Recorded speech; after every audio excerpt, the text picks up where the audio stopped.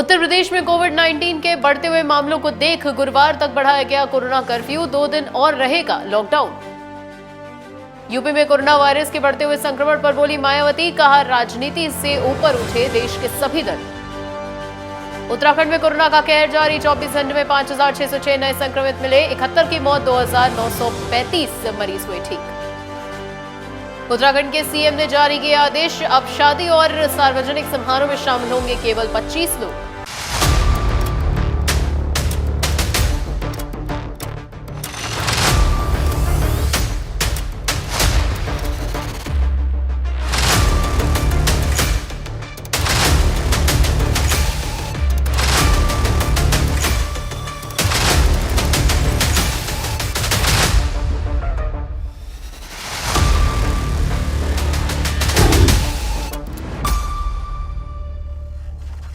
नमस्कार, आप देख रहे हैं कशिश न्यूज। मैं हूं आपके साथ दीक्षा और चलिए अब आपको दिखाते हैं उत्तर प्रदेश और उत्तराखंड की कुछ खबरें।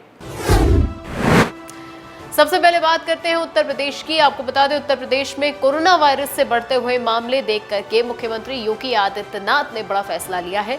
प्रदेश में कोरोना कर्फ्यू को 2 दिन और बढ़ा दिया गया है। आपको बता दें, यानी मंगलवार सुबह 7 बजे तक रहने वाला लॉकडाउन अब गुरुवार सुबह 7 बजे तक जारी रहेगा। साथ ही संक्रमण के रोकथाम के लिए लॉकडाउन लगाया गया है। आपको बता दें, 6 मई सुबह 7 बजे तक की यह लॉकडाउन लागू रहने वाला है। इसके अलावा प्रदेश में लागू आंशिक कोरोना कर्फ्यू बढ़ाया गया है। योगी सरकार ने उत्तर प्रदेश के सभी क्षेत्र में शुक्रवार रात 8 बजे से मंगलवार सुबह 7 बजे तक लागू आंशिक कोरोना कर्फ्यू को 2 दिन और बढ़ा करके 6 तारीख की सुबह 7 बजे तक कर दिया है।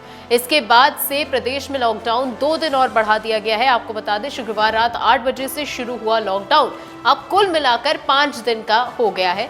अब गुरुवार सुबह 7 बजे तक लॉकडाउन लागू रहेगा। इस दौरान अनिवार्य सेवा पहले की तरह ही चालू रहेगी। इसके अलावा आपको बता दें, नगर पालिका और नगर निगम की टीमें प्रदेश में इस दौरान जगह जगह पर सैनिटाइजेशन का काम करेंगी। सरकार के 2 दिन लॉकडाउन बढ़ाने के कारण अब प्रदेश में पंचायत चुनाव के विजेता बड़ा जश्न मनाने में से भी वंचित रहेंगे। आपको बता दें, कोरोना वायरस का प्रकोप उत्तर प्रदेश में लगातार जारी है और इसी के चलते प्रदेश सरकार ने पहले वीकेंड लॉकडाउन का ऐलान किया था, लेकिन उसे सोमवार तक बढ़ा दिया गया। यानी शुक्रवार शाम से मंगलवार की सुबह तक लॉकडाउन था। शुक्रवार शाम से मंगलवार की सुबह तक लॉकडाउन था। आपको बता दें कि अब इसी पाबंदी को मंगलवार और बुधवार के लिए लागू कर दिया गया है और इस लॉकडाउन के दौरान किसी का भी बेवजह बाहर निकलना बंद होगा। जरूरी क्षेत्र के लोगों को छूट रहेगी और परिवहन भी जारी रहेगा। बाजार बंद रहेंगे, साप्ताहिक मार्केट नहीं लगेगी। इसके अलावा आपको बता दें कि ये तमाम जो गाइडलाइंस हैं, इनका पालन करना यहाँ पर अहम होगा। जीवन के साथ जीविका बचाने पर जोर दे रहे उत्तर प्रदेश के मुख्यमंत्री योगी आदित्यनाथ ने जीविका यानी कि उद्योग व्यापार बचाने के सरकार के प्रयास गिनाते हुए जीवन बचाने की जंग में उद्यमी परिवार और सारी व्यापारियों से सहयोग मांगा है। व्यापारियों और व्यापारिक संगठनों के प्रतिनिधियों से वर्चुअल संवाद में सीएम योगी आदित्यनाथ ने कहा कि इस संकट में अपनी ऊर्जा और सहयोग दें, रात्रि कर्फ्यू और साथ ही साप्ताहिक बंदी में सहयोग करें। कोई उत्पीड़न करे तो मुख्यमंत्री कार्यालय तक शिकायत करें। रविवार को अपने सरकारी आवास से वर्चुअल संवाद में सीएम योगी आदित्यनाथ ने कहा कि सम विषम परिस्थितियों में व्यापारी वर्ग ने हमेशा समाज और देश का साथ दिया है। आज जब प्रदेश और देश में कोविड संक्रमण की दूसरी लहर से प्रभावित है, तो ऐसे संकट में व्यापारी वर्ग अपनी ऊर्जा और सहयोग के माध्यम से प्रदेश देश में कोविड के विरुद्ध चल रही लड़ाई में अपना सक्रिय योगदान दें। हम एक बार फिर से इस लड़ाई में सफल होंगे और कोरोना को परास्त करेंगे। सीएम योगी आदित्यनाथ ने आगे ये कहा कि इस समय दुनिया, देश और साथ ही प्रदेश वैश्विक महामारी कोरोना की दूसरी लहर की चपेट में है। इस संक्रमण के खतरे को कम करके आंकने की लापरवाही या भूल ना हो। इस बार कोविड संक्रमण 30 से 50 गुना अधिक है। ऐसे में ऑक्सीजन की आवश्यकता और मांग बढ़ी है। आपको बता दें, उन्होंने आगे कहा कि ऑक्सीजन की समस्या के समाधान में राज्य सरकार ने प्रभावी प्रयास किए हैं, जिनमें काफी हद तक सफलता मिली है। योगी ने व्यापारियों और उद्यमियों से ऑक्सीजन उत्पादन और ऑक्सीजन कंसेंट्रेटर्स के क्षेत्र में नए प्रयोगों और साथ ही नवाचारों पर काम करने का आह्वान किया। उन्होंने कहा कि ऐसे कार्यों में सरकार हर संभव मदद देगी। हम सब यह ध्यान में रखते हुए कि इस महामारी को कम करके आंकने की भूल किसी भी स्तर पर न हो, इसके लिए शासन स्तर पर भारत सरकार हो, प्रदेश सरकार हो, जहां भरपूर उपाय करने का प्रयास हो रहा है, वहीं पिछले 1 वर्ष से जो सहयोग हमें व्यापारिक संगठनों के, सामाजिक संगठनों से प्राप्त हुआ है, मैं इसके लिए भी आप सभी लोगों का हृदय से धन्यवाद ज्ञापित करता हूं। पिछले कुछ दिनों के अंदर प्रदेश के अंदर कोरोना के जो मामले हैं, अगर उनके बारे में मैं आपको बताऊं तो इसमें काफी चीजें देखने को मिली हैं। मुझे बताते हुए कुछ संतोष भी हो रहा है कि वर्तमान में प्रदेश सरकार देश के अंदर सर्वाधिक टेस्ट करा रही है। हम लोग अब तक 4,15,00,000 से अधिक टेस्ट संपन्न कर चुके हैं। हम लोगों ने व्यापारी कल्याण बोर्ड का गठन भी किया और व्यापारी कल्याण बोर्ड में श्री रविकांत गर्ग जी के नेतृत्व में प्रदेश के प्रतिष्ठित व्यापारी और समाज सेवियों ने अपना कार्य प्रारंभ किया। इन्होंने जीएसटी के रजिस्ट्रेशन को भी बढ़ाया, जो पहले 7 लाख तक था उसे बढ़ा करके 16 लाख तक पहुंचाने में मदद की। और जहां पर व्यापारियों के कल्याण के लिए भी सरकार ने उनकी सुरक्षा बीमा की योजना को 10 लाख तक पहुंचाने में की घोषणा की और उसको क्रियान्वित भी किया। मुझे बताते हुए प्रसन्नता है कि लगभग 500 व्यापारियों को अब तक इस योजना का हम लाभ दे चुके हैं और जहां भी इस प्रकार के क्लेम आते हैं उनको समयबद्ध ढंग से आगे बढ़ाने की कार्रवाई चल रही है। देश में लगातार कोरोना तेजी से बढ़ता हुआ चला जा रहा है और इसको लेकर के बहुजन समाज पार्टी की राष्ट्रीय अध्यक्ष मायावती इन दिनों काफी परेशान हैं। मायावती ने संकट की घड़ी में सभी दलों से राजनीति से ऊपर उठ करके इस पर अंकुश लगाने के लिए काम करने की अपील की। उन्होंने कहा कि अब तो यही समय की जरूरत है। उत्तर प्रदेश की पूर्व मुख्यमंत्री बहुजन समाज पार्टी की राष्ट्रीय अध्यक्ष मायावती ने कोरोना वायरस के बढ़ते हुए संक्रमण को लेकर के सोमवार को 3 ट्वीट्स भी किए। बसपा सुप्रीमो मायावती का कहना है कि देश में कोरोना वायरस ने अब बेहद दर्दनाक रूप धारण कर लिया है। अब तो सभी दलों को राजनीति से ऊपर उठ जाना चाहिए, सभी को केंद्र सरकार से मदद की खुलकर मांग करनी चाहिए। इसके साथ ही मायावती ने यह भी कहा कि देश के सभी कोरोना वायरस संक्रमित कमजोर वर्ग के लोगों के इलाज का खर्च केंद्र सरकार वहन करे। इसको कोरोना वायरस की वैक्सीन मुफ्त में लगवाई जाए लोगों को। और साथ ही बसपा की सुप्रीमो मायावती ने यह भी कहा कि यदि राज्य सरकारों के मदद मांगने के अनुरोध को केंद्र की नरेंद्र मोदी सरकार स्वीकार नहीं करती है तो फिर सभी राज्य सरकारों को अपने गैर जरूरती खर्चों में कटौती की पहल करके कोरोना वायरस के बढ़ते हुए संक्रमण को रोकने के साथ ही सभी को इलाज की जिम्मेदारी को खुद उठाना जरूरी होगा। इतना ही नहीं बल्कि इस मामले में दलगत राजनीति से अलग हट करके सभी दल मिल करके और आगे आकर के जो भी पहल करते हैं तो फिर बसपा भी इसका स्वागत करेगी और इस पे अपना हर संभव योगदान दिया जाएगा। मेरठ मेडिकल थाना क्षेत्र के न्यूटीमा हॉस्पिटल में रविवार को कोरोना के 5 मरीजों की मौत हो गई। आपको बता दें कि 2 मरीजों के परिवारजनों ने आरोप लगाया कि ऑक्सीजन सप्लाई बंद होने और इलाज में लापरवाही से मौत हुई है। इससे गुस्साए परिवारजनों ने हॉस्पिटल में तोड़फोड़ की। अफरा तफरी के बीच कई थानों की फोर्स मौके पर पहुंची और हालात पर काबू पाने का प्रयास किया। 4 घंटों तक हंगामा होता रहा।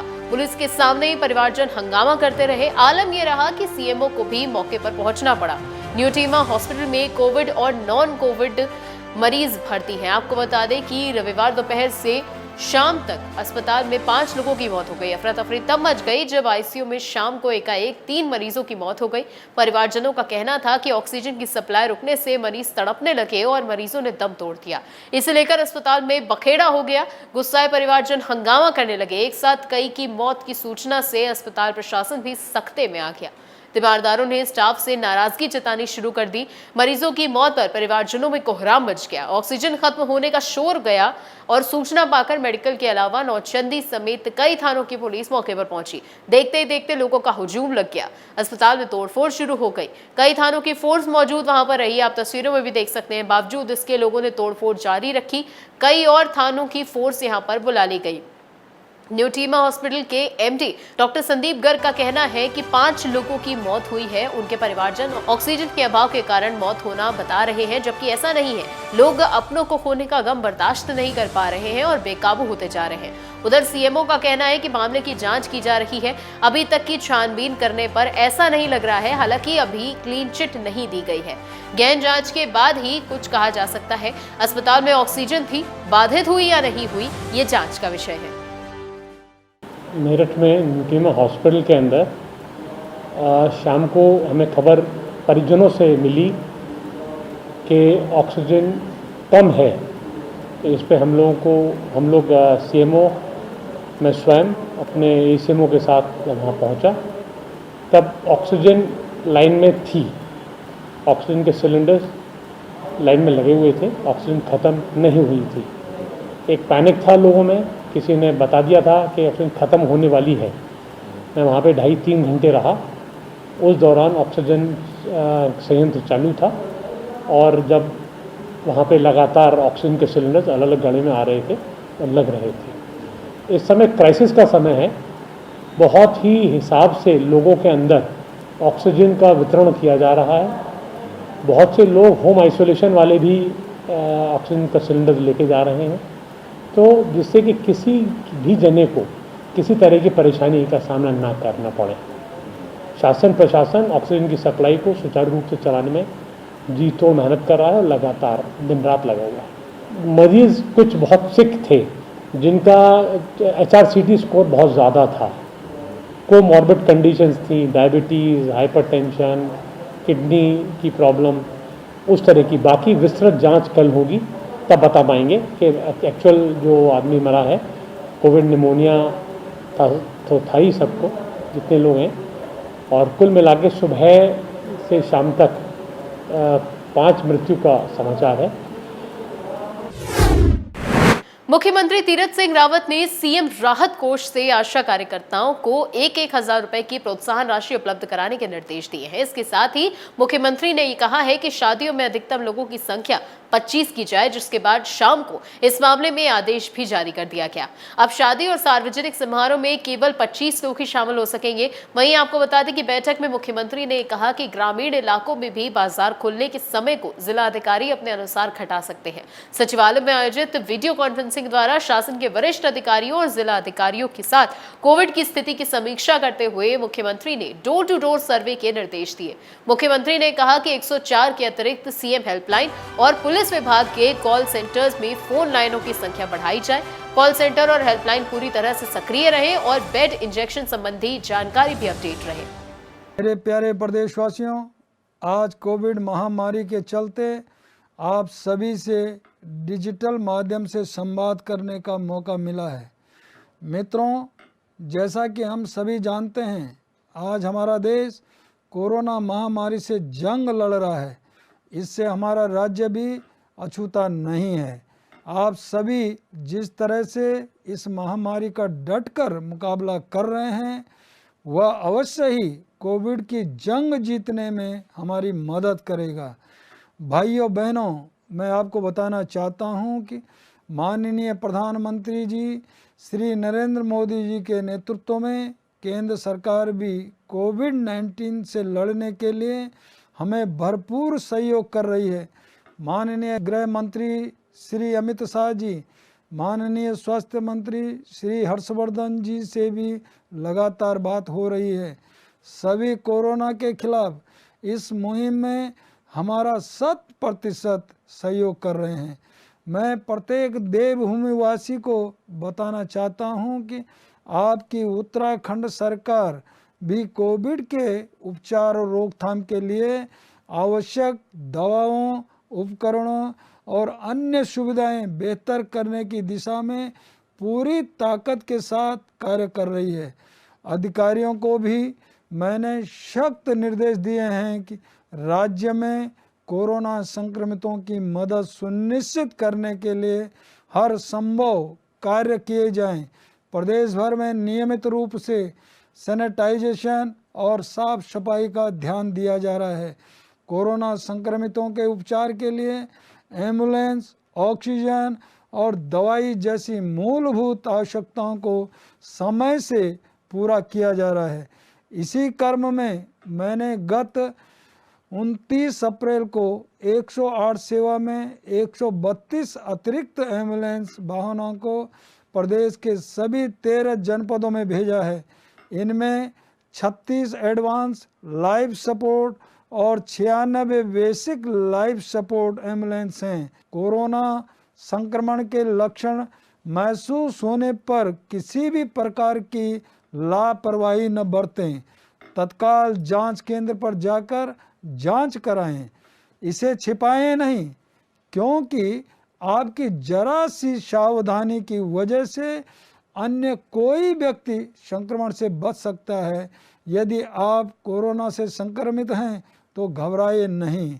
समझदारी और संयम के साथ चिकित्सक द्वारा बताई गई दवाओं और गाइडलाइन का पालन करें। मेरा आपसे अनुरोध है कि इस कोरोना महामारी से संबंधित किसी भी प्रकार की अफवाहों पर आप बिल्कुल भी ध्यान न दें और अपने घर वालों, रिश्तेदारों और अन्य सभी परिचित व्यक्तियों को किसी भी तरह की अफवाहों से दूर रहने का अनुरोध करें।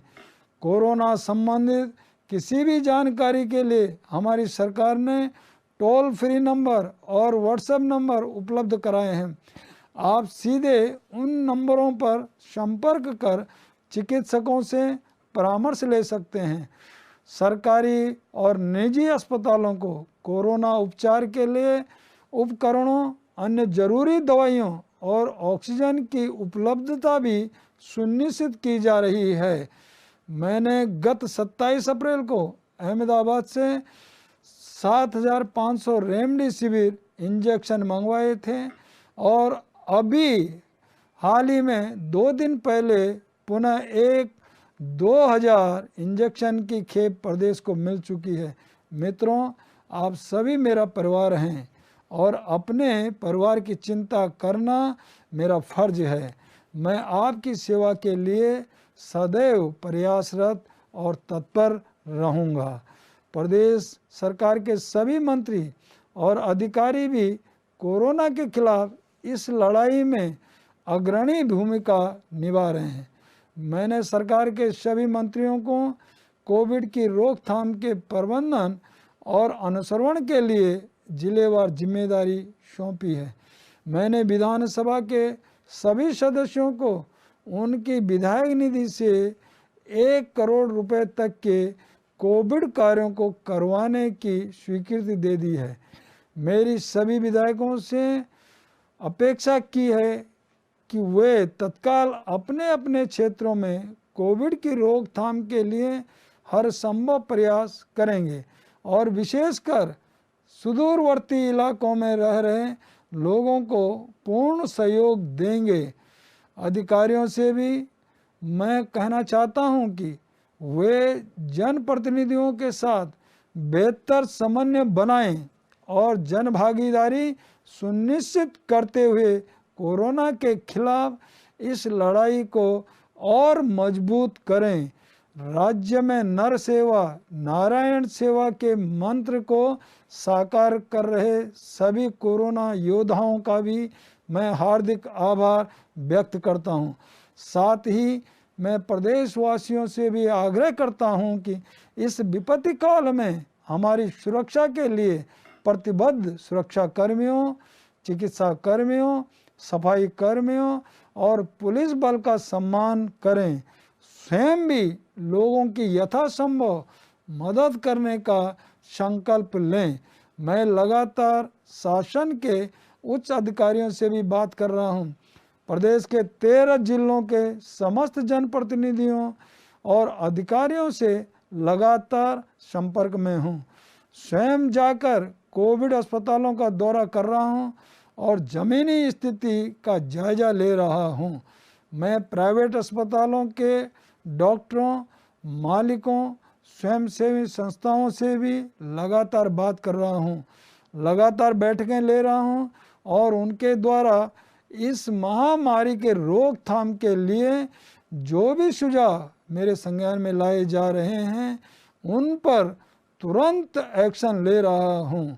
मेरा और मेरी सरकार का एकमात्र लक्ष्य देवभूमि उत्तराखंड को कोरोना महामारी के प्रकोप से बचाना है।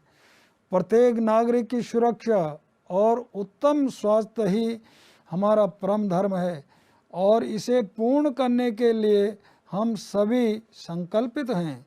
माननीय प्रधानमंत्री श्री नरेंद्र मोदी जी के नेतृत्व में प्रदेश में 45 वर्ष से अधिक उम्र वाले नागरिकों को कोरोना की वैक्सीन निःशुल्क उपलब्ध कराई जा रही है।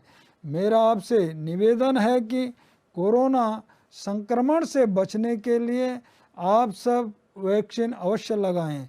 मेरी सरकार ने एक महत्वपूर्ण निर्णय लिया है कि 18 से 45 वर्ष की आयु के सभी भाइयों और बहनों को निःशुल्क टीकाकरण होगा। पहाड़ तक संक्रमण न पहुँचे, इसको ध्यान में रखते हुए हमने पर्यटकों के लिए 4 धाम यात्रा को अग्रिम आदेश तक स्थगित कर दिया है। उत्तराखंड में रविवार को 24 घंटे के अंदर 71 मरीजों की मौत हो गई, तो वहीं 5,606 नए संक्रमित मिले हैं। इसके साथ ही एक्टिव केसेस की संख्या भी 53,612 हो गई। आज 2,935 मरीजों को ठीक होने के बाद डिस्चार्ज किया गया। आपको बता दें, प्रदेश में अब तक 1,91,620 संक्रमित मरीज आ चुके हैं, जिसमें से 1,31,144 मरीज स्वस्थ हुए हैं।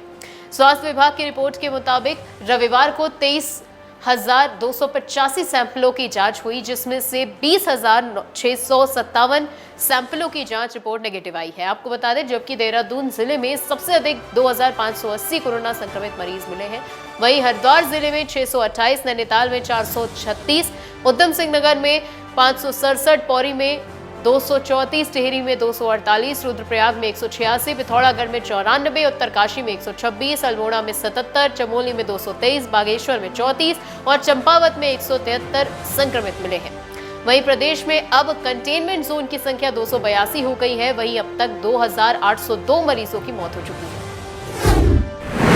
भारतीय सीमा से लगे हुए नेपाल के बेतड़ी में जिला प्रशासन ने 13 दिन का लॉकडाउन कर दिया है। आपको बता दें, लॉकडाउन में प्रशासन की अनुमति पर विवाह और उपनयन संस्कार में 15 लोग ही शामिल हो सकेंगे। इसके अलावा लॉकडाउन में फिलहाल सीमा को बंद नहीं किया गया है। नेपाल का जूला घाट बाजार भी 20 मई के बाद खुलेगा। रविवार देर शाम बेतड़ी में कोरोना के 200 से अधिक मामले सामने आने के बाद जिला कोरोना प्रबंधन कमेटी ने 20 मई तक लॉकडाउन कर दिया है। बेतड़ी के डीएम राजेंद्र देव पांडे ने बताया है कि पड़ोसी देश भारत के कस्बों में जिस तरह कोरोना वायरस तेजी से फैलता हुआ नजर आ रहा है, इसे देखते हुए बेतड़ी में लॉकडाउन लगाना जरूरी हो गया था। उन्होंने ये भी बताया कि लॉकडाउन के दौरान किस तरह की सभा, सेमिनार, गोष्ठी, कोचिंग, सैलून, जिम खाना, खेलकूद प्रतियोगिता, पुस्तकालय में बैठना पूर्ण रूप से वर्जित है। जरूरी सेवाओं में राशन, सब्जी, दूध की दुकानें सुबह 7 बजे से 10 बजे तक ही खुलेंगी। कार्यालय, बैंक कर्मी और पत्रकार परिचय पत्र के साथ जिले में आ सकेंगे। इसके अलावा जूलाघाट नाके में भारत से आने वाले लोगों की एंटीजन और आरटीपीसीआर जांच की जाएगी। हवाई सेवा के लिए प्रयुक्त वाहन आने जाने के लिए पास लेंगे। गोरखपुर में कोरोना संक्रमितों की दुखद मौत के बाद अंतिम संस्कार के लिए राजघाट तक शव ले जाने वाले एम्बुलेंस ड्राइवर अब मनमानी नहीं कर सकेंगे। दरअसल आपको बता दें, अवैध वसूली की शिकायत सामने आने पर महापौर के निर्देश पर नगर निगम ने आधा दर्जन एम्बुलेंस की व्यवस्था की है। फोन करने पर नगर निगम के ड्राइवर एम्बुलेंस से शव लेकर राजघाट जाएंगे और इस काम के लिए लोगों को जहां 1,500 रुपए का भुगतान करना होगा, तो वहीं गरीब व्यक्तियों, लावारिस हाल लोगों और साथ ही असहाय को निःशुल्क सुविधा यहां पर इस चीज के लिए दी जाएगी। इसके अलावा आपको बता दें, रविवार को नगर निगम की तरफ से ये सुविधा शुरू की गई है। महापौर सीताराम जायसवाल ने ये कहा कि परिवारजनों को जहां तहां भटकना नहीं पड़ेगा। कोई भी एम्बुलेंस वाला उनसे अवैध वसूली नहीं कर सकेगा। साथ ही अंत्येष्टि स्थल तक कोविड-19 से मृतक व्यक्ति को ले जा करके परिवारजन विधि पूर्वक दाह संस्कार करा सकेंगे। नगर निगम की तरफ से चलने वाले शव वाहनों का रेट 1,500 रुपए। यदि कोई गरीब व्यक्ति है तो उसे बीपीएल कार्ड दिखाने पर इससे छूट मिलेगी। साथ ही गरीबों से कोई भी पैसा नहीं लिया जाएगा। गरीबों के अलावा लावारिसों के शव, असहाय व्यक्ति या किसी अन्य अकेले की मौत होने पर भी नगर निगम पैसा नहीं लेगा। शव को उठाकर अंत्येष्टि स्थल तक पहुंचाने में आने वाले सारा खर्च नगर निगम वहन करेगा। आपको बता दें, इस व्यवस्था का नोडल अफसर उप नगर आयुक्त को बनाया गया है और साथ ही गोरखपुर में भी तो इस व्यवस्था का नोडल अफसर उप नगर आयुक्त को बनाया गया है। तो वहीं गोरखपुर में ही पंचायत चुनाव जीते तो कोरोना नियमों को ताक पर रखकर जुलूस निकालने का एक ये मामला सामने आया है। आपको बता दें कैंपियरगंज पुलिस ने संबंधित धाराओं में अभियोग पंजीकृत करके विधिक कार्रवाई की है। आप तस्वीरों में देख सकते हैं किस तरीके से यहाँ पर ये विजय जुलूस निकाला जा रहा है। गोरखपुर की ये तस्वीरें हैं।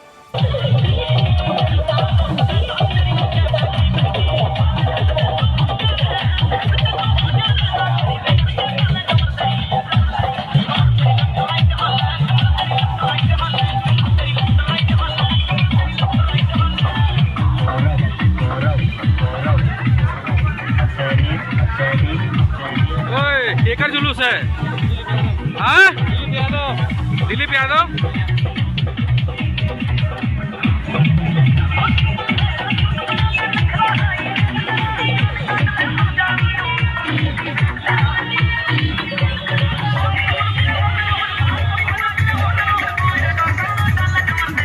देवरिया में त्रिस्तरीय पंचायत चुनाव में ग्राम पंचायत कपूरी इकोनी में प्रधान का पद महिला के लिए आरक्षित था। यहां पर 5 महिला प्रत्याशी आशा देवी, विमला देवी, चंदा देवी, सर्वप्रभा देवी और शोभा देवी मैदान में थी।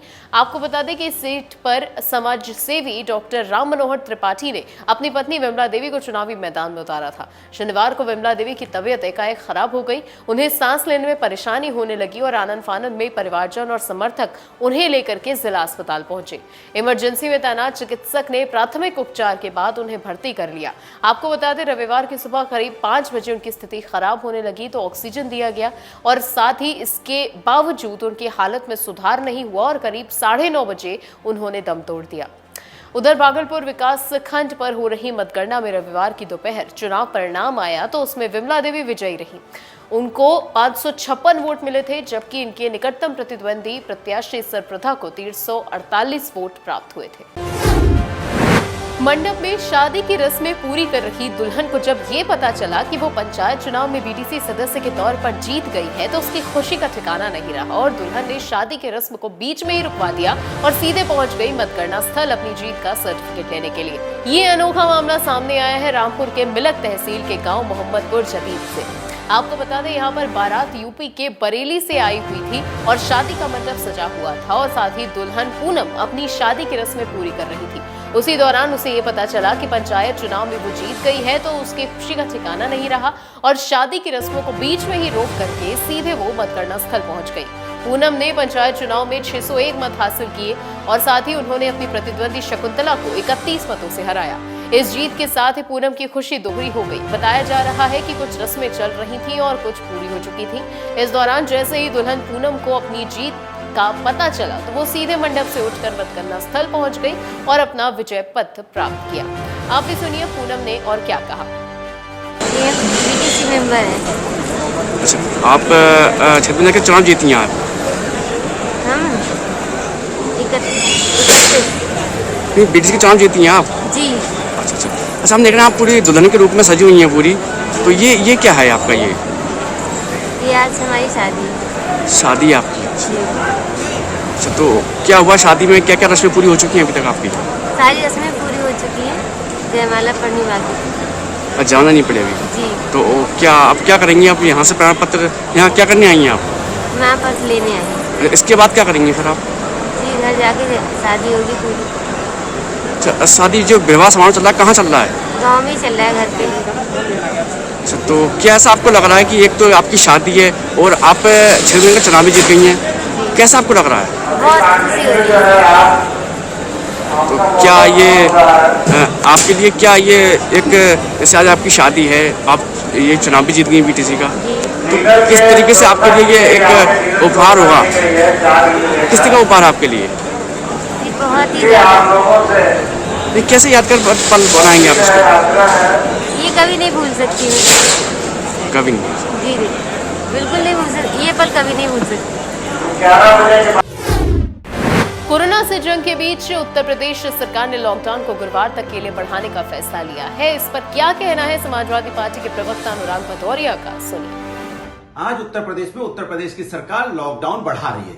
कमाल है, जब यही हाई कोर्ट ने बोला था कि 5 शहरों में इमीडिएट लॉकडाउन लगा दीजिए क्योंकि कोरोना का संक्रमण फैल रहा है, लोगों की मौतें हो रही हैं, तो सरकार नहीं मानी, सरकार हाई कोर्ट के खिलाफ सुप्रीम कोर्ट चली गई। और आज जबकि कोरोना संक्रमण पूरी तरह से उत्तर प्रदेश में फैल चुका है, लोगों की मौतें हो रही है, अफरा तफरी का माहौल है, तब सरकार जगी है, अब सरकार यहां लॉकडाउन बढ़ा रही है। तो सरकार के गलत फैसले की वजह से, सरकार की गलत नीति की वजह से पूरे उत्तर प्रदेश में कोरोना का संक्रमण फैल गया और यहां पे कोरोना से कई लोगों की मौतें हो गई। तो जो कोरोना संक्रमण से लोगों की मौतें हुई हैं, तो क्या ये सरकार की जिम्मेदारी नहीं है? मुझे लगता है इसकी की पूरी जिम्मेदारी जिन कोरोना काल में और कोरोना संक्रमण से जिन लोगों की मौतें हुई है, उसकी पूरी जिम्मेदारी उत्तर प्रदेश सरकार की है।